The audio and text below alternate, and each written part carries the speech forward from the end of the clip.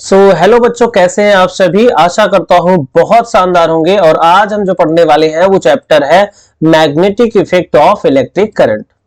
तो magnetic effect of electric current में हम पढ़ेंगे क्या, ये सबसे इंपॉर्टेंट चीज होती है कि पढ़ना क्या है आज के लेक्चर में। तो आज हम पूरा का पूरा magnetic effect of electric current पूरा का पूरा चैप्टर एक ही लेक्चर में खत्म करने वाले हैं। तो लास्ट तक आप इस लेक्चर में बने रहिए। यकीन मानिए आपको एक बेहतर लेक्चर और एक बेहतर कंटेंट मिलेगा, जिससे आपकी एग्जाम की जो प्रिपरेशन है बहुत शानदार तरीके से होगी। तो सबसे पहले हम बात करते हैं कि मैग्नेटिज्म क्या होता है।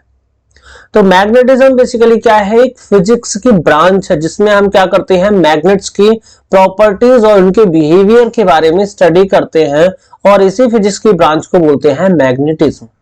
ओके, क्योंकि मैग्नेट हमारे लिए बहुत यूजफुल है। जब से मैग्नेट आया है या मैग्नेटिज्म आया है, उसके बाद बहुत सारे इन्वेंशंस हुए हैं, जैसे टेलीविजन हो गया, कंप्यूटर्स हो गया, कॉम्पैक्ट डिस्क हो गया, एमआरआई स्कैनिंग हो गई। तो ऐसे बहुत सारी चीजें हैं, जैसे इलेक्ट्रिक मोटर हो गया, जनरेटर हो गया।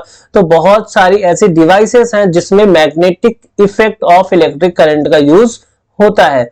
तो ये हमारे लिए पढ़ना बहुत इंपॉर्टेंट है। उसके बाद हम बात करें कि मैग्नेट होते कितने टाइप के हैं। तो मैग्नेट होते हैं बेसिकली दो टाइप के। एक तो होता है परमानेंट मैग्नेट और दूसरा होता है टेम्परेरी मैग्नेट। मैं इसको जल्दी फिनिश कर रहा हूं क्योंकि ये एग्जाम में आपके कभी भी नहीं पूछे जाएंगे। अब हम थोड़ी सी बात कर लेते हैं कि मैग्नेट जो होता है उसमें कौन कौन सी प्रॉपर्टी होती है। तो सबसे पहले हम बात करें तो मैग्नेट में क्या होती है, एक अट्रैक्टिव प्रॉपर्टी होती है। यानी कि जो मैग्नेट है वो क्या करता है, अट्रैक्ट करता है। तो मैग्नेट किसको अट्रैक्ट करता है, तो मैग्नेट सबसे पहले आयरन को, निकल को, कोबाल्ट को, इन सारी चीजों को क्या करता है, अट्रैक्ट करता है अपनी तरफ। बट जो मैग्नेट होता है, मैग्नेट के जो पोल्स होते हैं, मैग्नेट के दो पोल्स होते हैं, उसमें क्या होता है, अपोजिट पोल्स को क्या करता है, अट्रैक्ट करता है, और सेम पोल को क्या करता है, रिपेल करता है। उसके बाद होता है, ये सारी चीजें आपने पढ़ रखी है प्रीवियस क्लासेस में, इस वजह से मैं इसको बहुत डिटेल में डिस्कस नहीं कर रहा हूं। और मैग्नेट क्या करता है, डायरेक्शन बताता है। तो अगर मैग्नेट को आप फ्रीली ऐसे लटका दो तो नॉर्थ साउथ डायरेक्शन में आपको बताएगा कि इधर नॉर्थ है और इधर साउथ है। Law of magnetic poles. अब लॉ ऑफ मैग्नेटिक पोल्स क्या होता है कि जो सेम पोल होते हैं, लाइक पोल्स रिपेल, यानी कि साउथ और साउथ एक दूसरे को क्या करेंगे, रिपेल करेंगे। नॉर्थ और नॉर्थ एक दूसरे को क्या करेंगे, रिपेल करेंगे। जबकि अनलाइक पोल्स जैसे नॉर्थ साउथ है, एक दूसरे को क्या करेंगे, अट्रैक्ट करेंगे। तो ये चीजें आपको ध्यान में रख लेनी है। उसके बाद पेयर प्रॉपर्टी। अब कोई भी मैग्नेट है, अगर आप उसको चाहोगे तोड़ के उसका नॉर्थ पोल अलग कर दो, साउथ पोल अलग कर दो, तो दैट इज नॉट पॉसिबल। जब किसी आप मैग्नेट को तोड़ते हो तो जो नॉर्थ पोल वाला, जैसे देखो यहाँ पे एक मैग्नेट है, जैसे सपोज यहाँ पे इस मैग्नेट को आपने ऐसे तोड़ दिया, ये नॉर्थ है इधर और ये साउथ है। जैसे ही आपने इधर तोड़ा तो इसमें क्या होगा कि इसमें नॉर्थ पहले से ही ऑलरेडी है, तो उसमें इसमें इस साइड साउथ पोल इंड्यूस हो जाएगा, और इसमें पहले से ही साउथ पोल है तो इसमें नॉर्थ पोल क्या हो जाएगा, इंड्यूस्ड हो जाएगा। तो किसी भी मैग्नेट को आप तोड़ के उसका एक पोल अलग नहीं कर सकते हो। तो हमेशा पोल क्या होते हैं, पेयर्स में होते हैं। नॉर्थ होगा तो साथ में साउथ होगा, और साउथ है तो साथ में नॉर्थ होगा। And repulsion is the sure test of magnetism. Repulsion क्या होता है, श्योर टेस्ट ऑफ मैग्नेटिज्म होता है। यानी कि मैग्नेट है तो अगर वो रिपेल कर रहे हैं तो वो क्या है, एग्जैक्टली क्या है, मैग्नेट है। क्योंकि मासेस भी एक दूसरे को अट्रैक्ट करते हैं, तो attraction is not sure test of magnetism, repulsion is the sure test of magnetism. So इतनी बातें आपको याद रखनी है। उसके बाद हम बात करते हैं मैग्नेटिक फील्ड। तो मैग्नेट के चारों तरफ का वो फील्ड जहां पे आप किसी और मैग्नेट को या किसी दूसरे मटेरियल को, मैग्नेटिक मटेरियल को लाओ तो वो अट्रैक्ट करे या उसके उस मैग्नेट के इन्फ्लुएंस को फील करे, उसे बोलते हैं हम magnetic field. So the space surrounding a magnet with in which the magnetic effect is felt is called magnetic field. यानी कि किसी भी मैग्नेट के चारों तरफ का वो स्पेस जहां पर उसके मैग्नेटिक फील्ड को या मैग्नेटिक इफेक्ट को महसूस कर सको आप, उसे क्या बोलते हैं हम, मैग्नेटिक फील्ड बोलते हैं। जैसे यहां पे देख सकते हो। अब बात आती है कि मैग्नेटिक फील्ड क्यों होता है। तो मैग्नेटिक फील्ड बेसिकली होता है मैग्नेटिक फील्ड लाइंस की वजह से, जिसको बोलते हैं line of forces. Magnetic field किसकी वजह से होता है? तो मैग्नेटिक फील्ड होता है मैग्नेटिक फील्ड लाइंस। किसकी वजह से? मैग्नेटिक फील्ड लाइंस, या इसी को बोलते हैं हम लाइन ऑफ फोर्सेस। ये हो गया मैग्नेटिक फील्ड लाइंस। इसी को और क्या बोलते हैं? Line of forces. तो ये चीजें भी आपको याद में रख लेनी है, अपनी मेमोरी में रख लेना है। इसके बाद हम बात करते हैं कि अर्थ मैग्नेटिज्म। अर्थ के अंदर भी क्या है? एक मैग्नेट है, एक बहुत बड़ा मैग्नेट है। अब आप पूछोगे कि मैग्नेट कहां से आया? तो आपको मालूम है कि अर्थ के अंदर क्या होता है? बहुत सारे लावा होते हैं, और लावा क्या होता है? हाई टेम्परेचर में जब फ्लो करते हैं तो वो क्या करते हैं? एक मैग्नेटिक फील्ड प्रोड्यूस करते हैं। उसकी वजह से क्या आता है? एक मैग्नेट बन गया है। ठीक है, तो यहां पे आपको दिखाया गया है कि जो मैग्नेट है अर्थ के अंदर, उसका जो कोर रेडियस है वो कितना है? 3500 किलोमीटर, और अर्थ का जो रेडियस है दिस इज 6400 किलोमीटर। तो जो साउथ मैग्नेटिक पोल है वो क्या है? नॉर्थ ज्योग्राफिक पोल के पास है, और जो नॉर्थ मैग्नेटिक पोल है वो साउथ ज्योग्राफिक पोल के पास में है। ये ज्यादा डिटेल में आप क्लास 12th में पढ़ेंगे, तो इसको ज्यादा डिटेल में आपको पढ़ना नहीं है। थोड़ी इंफॉर्मेशन है जो मैंने आपको यहाँ पे शेयर कर दी। उसके बाद हम बात करते हैं मैग्नेटिक फील्ड लाइंस। तो मैग्नेट के चारों तरफ यहाँ पे देख रहे हैं, ये जो मैग्नेट है ये तो क्या है? मैग्नेट है, और बाकी की बाकी चीजें यहाँ पे देखो आप, अगर यहाँ पे आप देखो तो ये तो यहाँ पे क्या है? मैग्नेट है। जस्ट अ मिनट, ये यहाँ पे क्या है? एक मैग्नेट है, यहाँ पे आप देख पा रहे हैं, और इसके चारों तरफ ये क्या है? फील्ड लाइंस है। So curve imaginary lines used to show the magnetic field in a given region. किसी भी गिवन रीजन में मैग्नेटिक फील्ड को शो करने के लिए कुछ कर्व इमेजिनरी लाइंस बनाई जाती हैं, उसे बोलते हैं magnetic field lines. So the magnetic field lines are closed continuous curve. Magnetic field lines क्या होती हैं? क्लोज्ड कंटिन्यूअस कर्व होती हैं। जैसे इलेक्ट्रिक फील्ड लाइंस है वो नॉर्थ से मतलब प्लस से माइनस की तरफ जाती है, फिर माइनस से प्लस की तरफ वापस नहीं आती। लेकिन ये क्या होता है? नॉर्थ पोल से निकल के साउथ में जाती है, और फिर साउथ से फिर नॉर्थ में आ जाती है। तो मैग्नेटिक फील्ड लाइंस हमेशा क्या बनाती है? क्लोज कर्व बनाती है। So magnetic field lines are closed continuous curves directed from north pole to south pole outside the magnet. यानी कि मैग्नेट के बाहर जो मैग्नेटिक फील्ड लाइंस होती हैं वो साउथ से नॉर्थ से साउथ की तरफ जाती है, और मैग्नेट के अंदर वही मैग्नेटिक फील्ड लाइंस साउथ से नॉर्थ की तरफ आती है। तो इस चीज को आपको ध्यान में रख लेना है। ठीक है, तो जो मैग्नेटिक फील्ड लाइंस है, कौन सी? Magnetic field lines. तो आउटसाइड की बात करें तो ये आउटसाइड नॉर्थ से साउथ की तरफ जाती हैं, और इनसाइड द मैग्नेट ये क्या होती हैं? साउथ से नॉर्थ की तरफ जाती है। तो ये जो पॉइंट है ये आप अपने दिमाग में सेट करते रहिए, और ये डायग्राम अभी अपने नोटबुक में बना लीजिए। ये डायग्राम भी आप बना सकते हैं, वही डायग्राम है, तो ये डायग्राम आप नोटबुक में बनाइए। और हम बात करते हैं मैग्नेटिक फील्ड लाइंस की कुछ प्रॉपर्टीज की जो एग्जाम में पूछे जाने की सबसे ज्यादा संभावना है। तो यहाँ पे मैग्नेटिक फील्ड लाइंस क्या होती हैं? क्लोज कर्व बनाती है। सबसे पहली चीज ये आपको याद रखना है कि magnetic field lines always forms close curve. उसके बाद वही कि वो नॉर्थ से निकलती है और साउथ में क्या होती है? इमर्ज होती है। मैग्नेट के बाहर क्या होता है? नॉर्थ से साउथ। ये देखो मैग्नेट के बाहर नॉर्थ से साउथ, और मैग्नेट के अंदर साउथ टू नॉर्थ।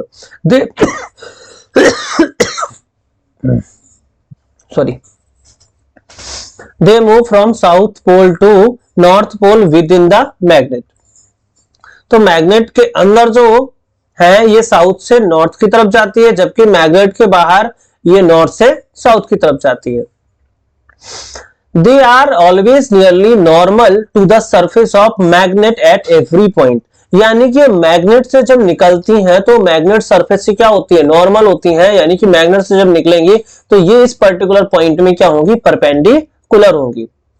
और मैग्नेटिक फील्ड लाइंस क्या होती हैं? They repel each other because two field lines never intersect each other, यानी कि दो मैग्नेटिक फील्ड लाइंस कभी भी एक दूसरे को इंटरसेक्ट नहीं करती, और इंटरसेक्ट नहीं करती इसका मतलब ये एक दूसरे को क्या करती हैं, रिपेल करती है। और अगर दो मैग्नेटिक फील्ड लाइंस एक दूसरे को इंटरसेक्ट करेंगी, यानी कि उस पॉइंट पे मैग्नेटिक नीडल दो डायरेक्शन शो कर रहा है, और जो कि पॉसिबल नहीं है, यानी कि एक पॉइंट पे दो डायरेक्शन शो करना मैग्नेटिक नीडल्स के लिए पॉसिबल नहीं है, तो हम कह सकते हैं कि दो मैग्नेटिक फील्ड लाइंस कभी भी एक दूसरे को इंटरसेक्ट नहीं करती। उसके बाद ऑस्टर्ड एक्सपेरिमेंट। ऑस्टर्ड एक्सपेरिमेंट ऐसा एक्सपेरिमेंट था जिसने इतिहास बदल दिया, जिसने ये बताया कि कोई भी करंट कैरिंग वायर है उसके थ्रू भी मैग्नेटिक फील्ड प्रोड्यूस किया जा सकता है। यानी कि करंट है, करंट के चारों तरफ क्या होता है, मैग्नेटिक फील्ड होता है, और इसके एक्सपेरिमेंट के लिए इन्होंने एक अरेंजमेंट लिया और उसमें करंट फ्लो करी। यहाँ पे अरेंजमेंट है, और इस अरेंजमेंट को में करंट फ्लो करी, एक वायर में करंट फ्लो करी, और वायर में जब करंट फ्लो करी उसके पास इन्होंने एक मैग्नेटिक नीडल रखा, और उस मैग्नेटिक नीडल में इन्होंने देखा कि मैग्नेटिक नीडल डिफ्लेक्ट हो रही है जब उसमें करंट पास होता है। फिर उन्होंने करंट को बंद करी, यानी कि स्विच ऑफ किया, फिर देखा तो पता चला कि कोई भी डिफ्लेक्शन देखने को नहीं मिल रहा। फिर इसके बाद इन्होंने करंट को इंक्रीज किया तो पता चला कि डिफ्लेक्शन और ज्यादा हो गया है। फिर उन्होंने करंट को कम किया तो देखा कि डिफ्लेक्शन क्या है, कम है। और उसके बाद क्या करी, करंट की डायरेक्शन ही चेंज कर दी तो पता चला कि मैग्नेटिक फील्ड की डायरेक्शन भी क्या हो गई, बदल गई। तो इससे ये पता चलता है ऑस्टर्ड एक्सपेरिमेंट के थ्रू कि कोई भी करंट कैरिंग वायर है उसके चारों तरफ क्या होता है, एक मैग्नेटिक फील्ड होता है, यानी कि करंट की वजह से क्या है, मैग्नेटिक फील्ड है। यहां पे आप देख सकते हैं magnetic field due to current carrying wire. तो सबसे पहले एक सेटअप बनाते हैं, और यहाँ पे जो वायर लाइनिंग दिख रही है, यहाँ पे क्या करते हैं, एक आयरन डस्ट को क्या करते हैं, इसे फैला देते हैं, और जैसे ही करंट फ्लो करते हैं तो आयरन डस्ट इस सीक्वेंस में क्या होता है, अरेंज हो जाता है। यहाँ पे आप देख पा रहे हो आयरन डस्ट क्या होता है, इस सीक्वेंस में क्या हो जाता है, अरेंज हो जाता है, ऐसे सर्कुलर लूप में अरेंज हो जाता है। तो इससे पता चलता है कि किसी भी करंट कैरिंग वायर के चारों तरफ एक मैग्नेटिक फील्ड है जो कि कैसा है, सर्कुलर लूप है। So it means that when the current flows in a straight wire, जब किसी भी करंट कैरिंग वायर में या स्ट्रेट वायर में करंट फ्लो होता है, जब किसी भी वायर में क्या होता है, करंट फ्लो होता है, so magnetic field produced has a circular line of forces। तो ऐसे वायर है, इसके चारों तरफ क्या है, मैग्नेटिक फील्ड है, और वो मैग्नेटिक फील्ड कैसा है, सर्कुलर है, और जिसका सेंटर कहां पे लाई करेगा, उस पर्टिकुलर वायर पे लाई करेगा। ओके, तो यहां पे आप ये देख सकते हैं, and the direction of magnetic field is given by the right hand thumb rule. तो राइट हैंड थंब रूल के थ्रू हम क्या कर सकते हैं, किसी भी करंट कैरिंग वायर के चारों तरफ जो मैग्नेटिक फील्ड आया है उसकी डायरेक्शन किससे दी जाती है, तो राइट हैंड थंब रूल के माध्यम से। अब थोड़ी सी चर्चा कर लेते हैं कि जो मैग्नेटिक फील्ड होता है उसकी जो यूनिट होती है, एसआई यूनिट होती है, वो होती है टेस्ला, और सीजीएस यूनिट होती है गास। तो ये चीजें भी आपको याद रख लेनी है, कभी कभी एमसीक्यू से पूछ लेता है कि मैग्नेटिक फील्ड की एसआई यूनिट बता दो, तो आप बता देना कि टेस्ला है। मैग्नेटिक फील्ड की सीजीएस यूनिट क्या होती है, तो आप बता देना गॉस है। हम बढ़ते हैं राइट हैंड थंब रूल में। तो राइट हैंड थंब रूल ये कहता है कि काम करो, जिस वायर में करंट फ्लो हो रही है, इमेजिन करो वो वायर आपके हाथ में है, और जिस डायरेक्शन में करंट फ्लो हो रही है, जैसे सपोज कि ऊपर करंट फ्लो हो रही है, ये करंट फ्लो हो रही है, जैसे समझो कि ये करंट की डायरेक्शन को बता रहा है, तो ऐसे हमने थंब रखा और इस फिंगर को ऐसे कर्ल करो आप, तो जो कर्लिंग है वो बताएगा direction of magnetic field. Okay, तो हमने इसको डाउन किया तो करंट अब नीचे हो गई, तो कर्लिंग भी क्या हो गई, अपोजिट हो गई। Okay, so imagine that you are holding a current carrying straight conductor in your right hand such that thumb points toward the direction of current।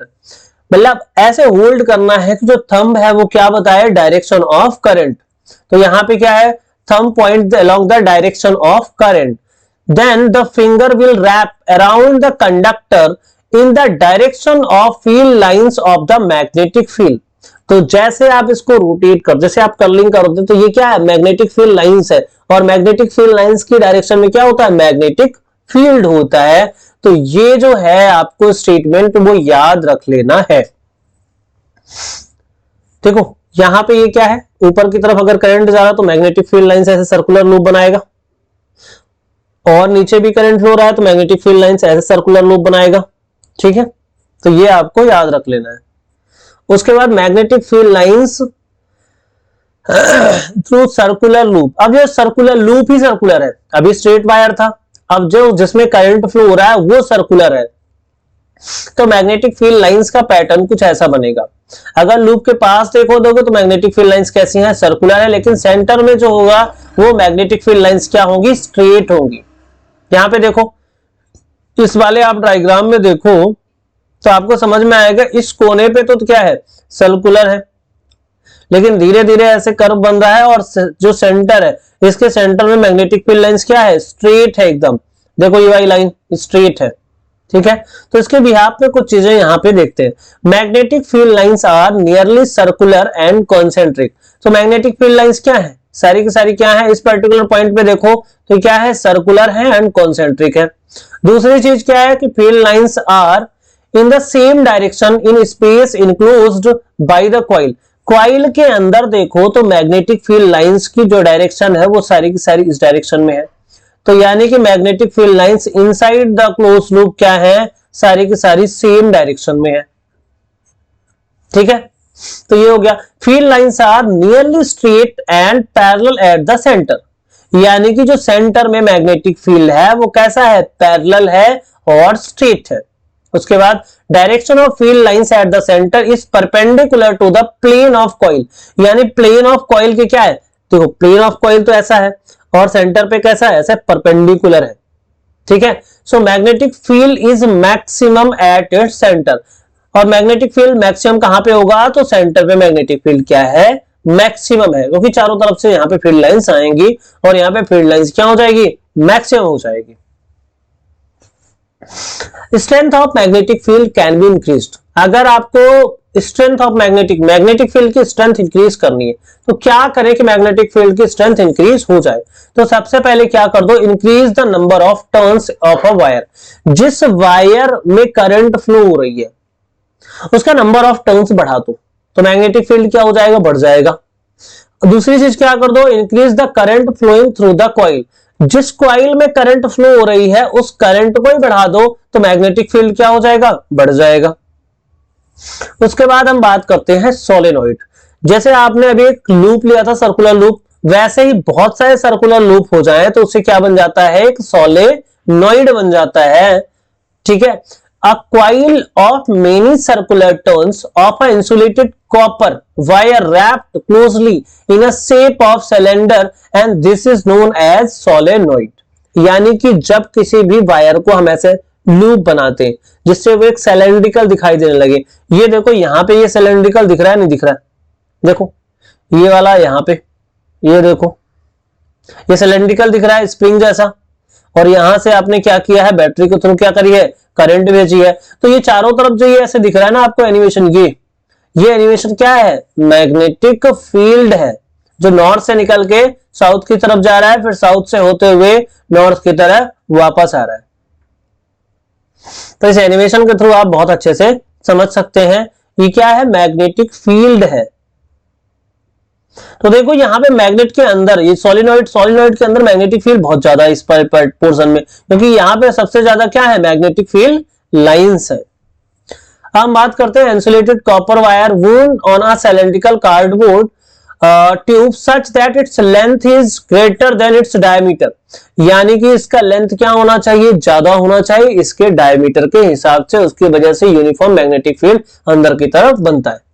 ठीक है, तो यहां पे आप इसको बहुत अच्छे तरीके से देख सकते हो और चाहो तो ये डायग्राम भी आप बना सकते हो।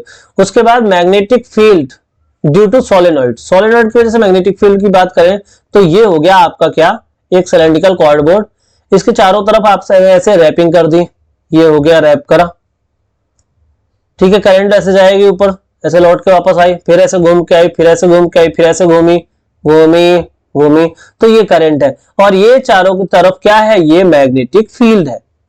ठीक है, तो आप यहाँ पे इसको देख सकते हो, ये क्या है, यहाँ पे नॉर्थ पोल बन रहा है और यहाँ पे क्या है, साउथ पोल है।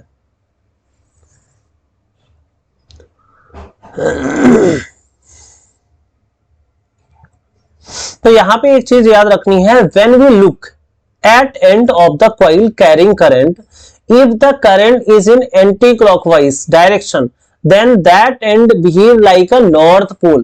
अगर करंट उस पर्टिकुलर डायरेक्शन जगह पे क्या है, एंटी क्लॉकवाइज है, तो वो नॉर्थ पोल होगा, और जहां पे क्लॉकवाइज करंट है वो क्या होगा, साउथ पोल है। जिस पर्टिकुलर एंड से आप देखोगे और उस पर्टिकुलर एंड में करंट क्या है, अगर करंट आपकी एंटी क्लॉकवाइज है तो वो नॉर्थ पोल होगा उस साइड, और अगर उस दूसरा एक तरफ नॉर्थ पोल हो गया तो जाहिर सी बात दूसरी तरफ क्या होगा, साउथ पोल होगा, क्योंकि जो सोलिनॉइड होता है वो एक बार मैग्नेट की तरह बिहेव करता है।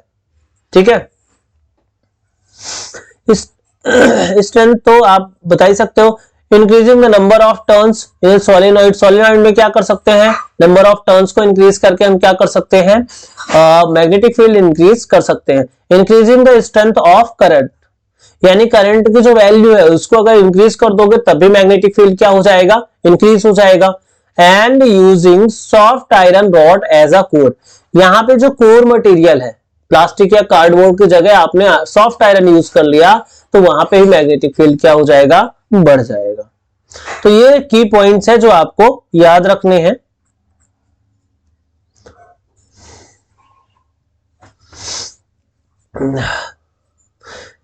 उसके बाद क्या होता है, strong magnetic field produce in iron solenoid can be used to magnetize a piece of magnetic material like a soft iron when placed inside the coil and the magnet so formed is called electromagnet.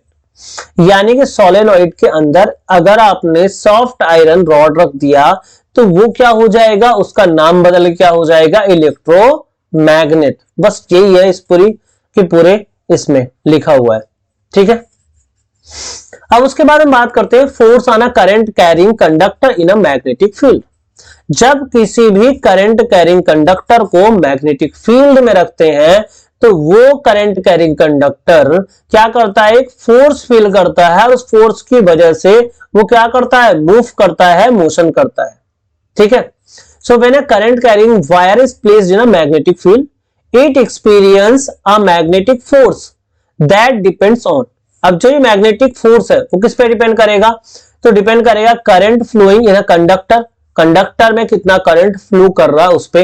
उसके बाद जो external magnetic field है उस पे depend करेगा, length of conductor पे depend करेगा, and किस पे डिपेंड करेगा, angle between the element of length and the magnetic field.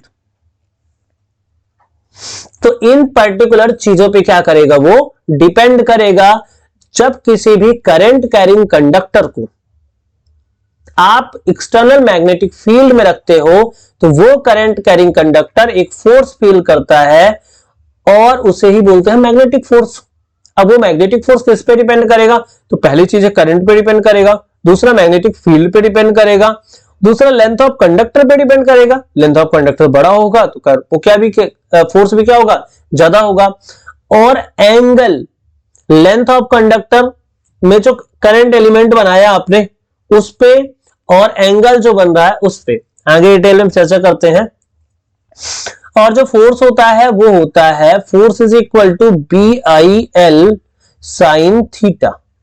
B क्या है, मैग्नेटिक फील्ड, आई क्या है, करंट, एल क्या है, लेंथ ऑफ कंडक्टर, और साइन थीटा क्या है, करंट एलिमेंट और मैग्नेटिक फील्ड के बीच का एंगल। उसके बाद अब ये तो हो गया कि कोई भी करंट कैरिंग कंडक्टर को आप मैग्नेटिक फील्ड में रख दिए तो वो फोर्स फील करता है, और जिस फोर्स की वैल्यू होती है B I L sine theta. ठीक है, थीटा क्या है, angle between element of length and magnetic field. ये लेंथ है ना, लेंथ का छोटा सा टुकड़ा ले लो और मैग्नेटिक फील्ड से लेंथ ऐसे है, मैग्नेटिक फील्ड ऐसे है, अगर तो उसके बीच का जो एंगल होगा वही क्या होगा, थीटा होगा, और उसी का क्या निकालना है, साइन थीटा निकालना है। अब जो ये फोर्स आया है उसके डायरेक्शन में तो चाहिए, और डायरेक्शन दी जाती है फ्लेमिंग लेफ्ट हैंड रूल। सो फ्लेमिंग लेफ्ट हैंड रूल ये कहता है कि एक काम करो, अपना खुद का लेफ्ट हैंड ले लो, मैग्नेटिक फील्ड की डायरेक्शन में अपनी 4 फिंगर रख लो, करंट की डायरेक्शन में अपनी मिडिल फिंगर रख लो। तो जो थंब है वो इंडिकेट करेगा द डायरेक्शन ऑफ फोर्स, और उसी के डायरेक्शन में क्या होगा, मोशन होगा। So according to this rule, stretch the thumb, forefinger and middle finger of your left hand such that they are mutually perpendicular. यानी कि ऐसे रखना है लेफ्ट हैंड कि वो तीनों के तीनों क्या हो, परपेंडिकुलर हो। ये परपेंडिकुलर, ये परपेंडिकुलर, ये परपेंडिकुलर। ये क्या है, फोर्स, ये क्या है, करंट, और ये क्या है, मैग्नेटिक फील्ड। ठीक है। तो if the four finger point the direction of magnetic field, four finger जो है वो मैग्नेटिक फील्ड की डायरेक्शन में रखो, middle finger points the direction of current, then the thumb will point the direction of motion और force acting on a conductor. तो उस particular conductor में जो फोर्स लग रहा है वो किसकी डायरेक्शन में होगा, थंब के डायरेक्शन में। तो ये स्टेटमेंट आपको याद रख लेना है। उसके बाद डायरेक्ट करंट। डायरेक्ट करंट तो सिंपल करंट है जिसमें डायरेक्शन भी चेंज नहीं होती और मैग्नीट्यूड भी क्या होता है, फिक्स होता है, उसे बोलते हैं हम डायरेक्ट करंट। और डायरेक्ट करंट जो सेल बैटरीज होती है उसमें हम यूज करते हैं। उसके बाद हम बात करते हैं अल्टरनेटिंग करंट। अल्टरनेटिंग करंट आप अपने घरों में यूज करते हो।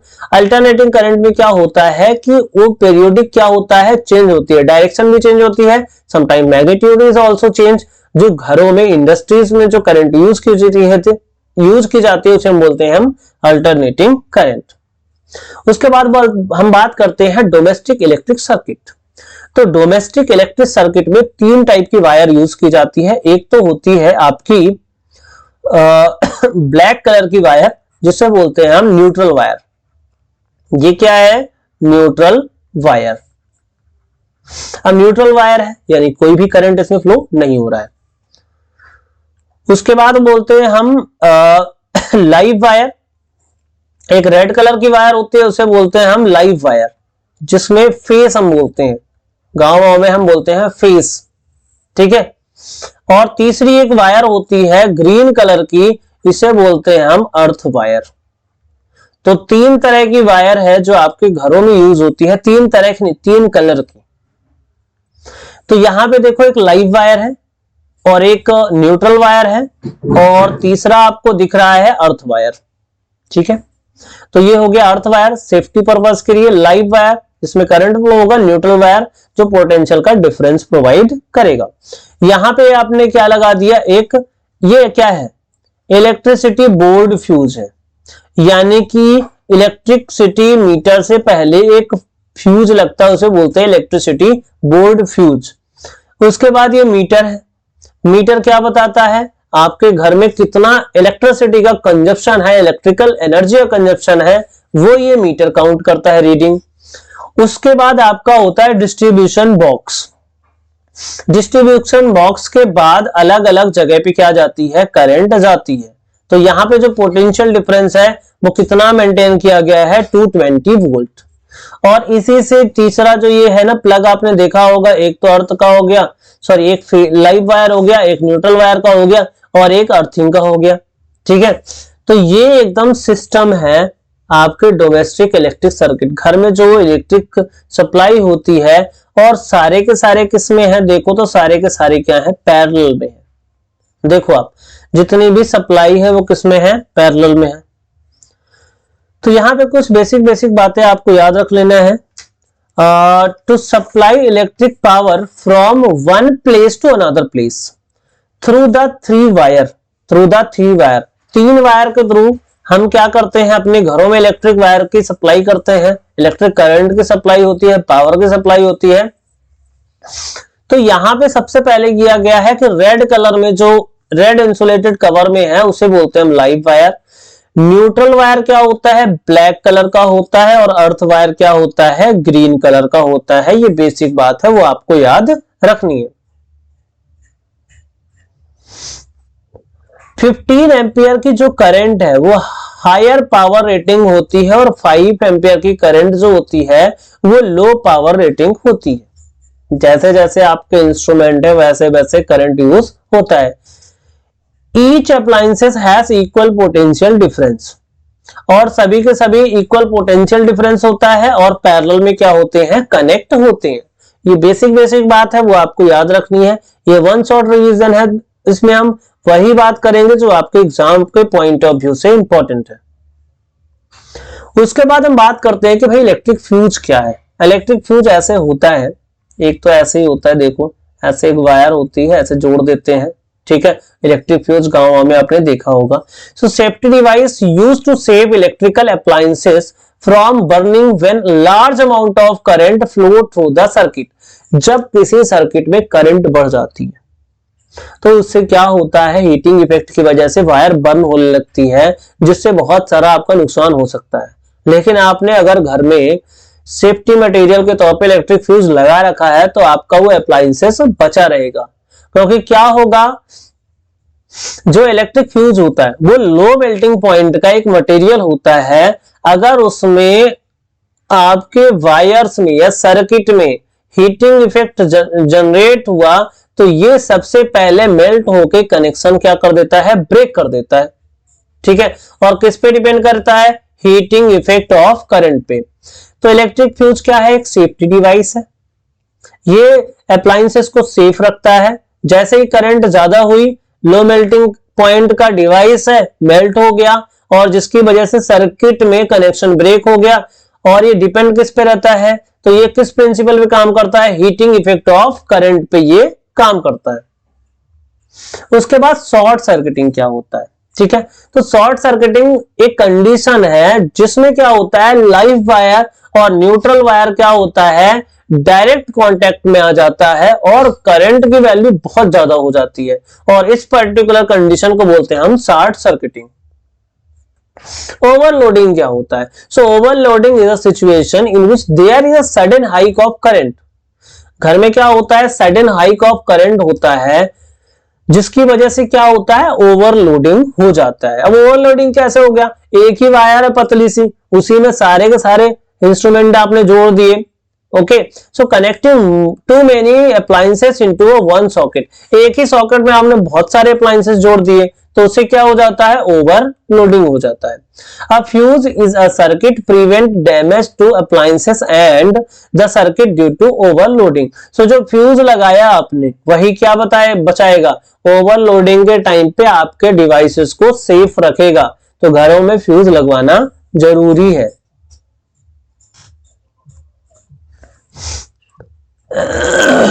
अब कभी कभी क्या वोल्टेज की सप्लाई में एक्सीडेंटल हाइक हो जाता है, जिसकी वजह से भी क्या हो जाता है, ओवरलोडिंग हो जाता है, ओके। अर्थिंग क्या होता है, अर्थिंग देखो क्या होता है कि अर्थिंग क्या कैसे करते हैं, अर्थ के अंदर करते हैं। सो ग्रीन वायर जो होता है वो अर्थिंग के लिए बेसिक होता है ना, ग्रीन वायर है, मैंने बताया भी था। ग्रीन वायर किसके लिए, अर्थिंग के लिए यूज होता है, ठीक है। मेटलिक बॉडी में, मेटल में अर्थ के अंदर ऐसे ऐसे वायर लगा दिया और ऐसे अर्थ के अंदर सो डिप कर दिया। It is used to safety measure to ensure that any leakage of current to metallic body does not give any severe shock to user। जैसे आपका कूलर है, कूलर कैसा है, आपका मेटेलिक है। अब क्या होता है, कोई भी इंसुलेटेड वायर है जो उसमें क्या गई, छिल गई। अब वो वायर छिल गई, आपकी बॉडी से कनेक्ट हो गई तो करंट का लीकेज आ गया। और करंट का लीकेज आ गया तो कोई कूलर पकड़ेगा, जैसे पानी भरा तो उसमें क्या लगेगा, करंट महसूस होगा, जिससे उसको लगेगा झटका। तो इस झटके से बचने के लिए हम क्या करते हैं, अर्थिंग करते हैं। सो आई होप यू गाइज ये समझ में आया होगा आपको पूरा का पूरा लेक्चर। इसकी जो नोट्स है वो जय मिश्रा फिजिक्स नाम से एक टेलीग्राम चैनल है, उसमें क्या कर सकते हैं आप, इसकी नोट्स को डाउनलोड कर सकते हैं। So thank you very much, पढ़ते रहिए और ये नोट्स कीजिए और इसको 2-3 बार रिवाइज कीजिए। अगर एक बार में आपको समझ में नहीं आया तो वीडियो को फिर से देखिए और 2-3-4 बार अगर वीडियो को आप देख लेंगे तो ये पूरा का पूरा चैप्टर आपका क्लियर हो जाएगा। So thank you very much and wish you all the best for your exam.